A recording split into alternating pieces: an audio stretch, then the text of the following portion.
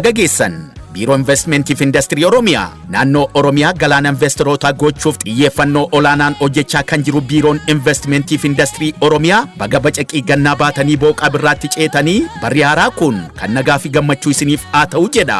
Barri 2016 bara badhaadhinaa, bara milkii, bara jaalalaa, bara nagaa akka nuu ta'u nawwa.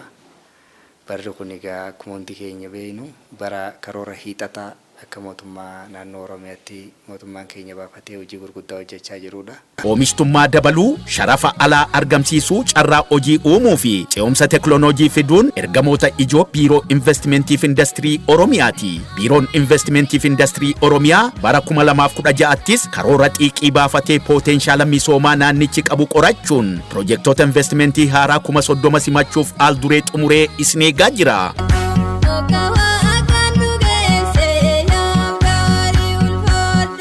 Maarree abbootiin qabeenyaa damee hojii investmentii, manufacturingii, qonna, hoteelaa fi turizimii, daldalaaf barnoota irratti bobba'uun bu'a qabeessa ta'uu barbaadan kottaa isin simannee waliin hojjenna. Ayyaana gaarii Biiroo Investmentiif Industirii Oromiyaa.